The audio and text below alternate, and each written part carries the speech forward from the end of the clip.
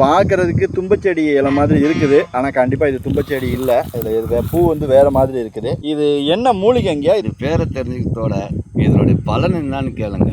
என்ன பலனுங்க? நவ மூலத்தையும் கிளியர்ஸ் பண்ணுற சக்தி இதுக்கு சாமி. இது இலை ஒரு கைப்பிடி, உளுத்தம் பருப்பு ஒரு கைப்பிடி, உளுத்தம் பருப்பு ஒரு கைப்பிடி, ரெண்டுத்தையும் போட்டு நல்லா மிக்சியில் அரைச்சிட்டு அடை மாரி சுட்டு சாப்பிட்டாங்கன்னா எப்படியாப்பட்ட மூலமும் உடனே நல்ல ஒரு மாறுதல் தெரியுங்க. இது பேர் தான் வந்து கவுத்தும்பை. இங்க பாருங்க, கவிழ் தும்பை. கவிழ் தும்பை. இதோட பூ பாருங்க. ஓ, இதோட பூ இப்படி கவிழ்ந்து இருக்கிறதுனால இது கவுத்தும்பை. ஆனா இதோட இலை வந்து தும்பச்செடியோட இலை மாதிரி தான். தும்பையினுடைய இலை தான். இதுதான் அதனுடைய பூ வரத்தான பார்க்குவோம். பூ இப்படி தான் இருக்கும். அது வந்து கீழே பூமியை பார்த்தோம்னா செடி இப்படி இருக்குன்னா கீழே தான் இருக்கும், பூ மேல் வைக்க வராதுங்க. இது மட்டும் கவிழ் தும்பை. அதுதான் இது பேர் வந்து கவிழ் தும்பைன்னுவாங்க.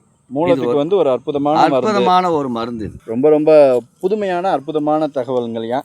அதாவது மக்களே, இந்த தலையை ஒரு கைப்பிடி எடுத்துக்கோங்க, உளுந்து ஒரு கைப்பிடி எடுத்துக்கோங்க, அதை அடை செய்கிற மாதிரி உளுந்து நனைய வச்சு நீங்கள் அரைச்சி இதோட சேர்த்து அரைச்சி அதை வந்து அடை மாதிரி சுட்டு சாப்பிட்டீங்க அப்படின்னாலே உங்களோட அந்த மூல வியாதிகள், அனைத்து வகையான மூல வியாதிகளும் சரியாயிடும் அப்படின்னு ஐயா சொல்கிறாங்க. பிரச்சனையில் இருக்கிறவங்க முயற்சி பண்ணி பார்த்துட்டு தயவுசெய்து எங்களுக்கு தெரியப்படுத்துங்க.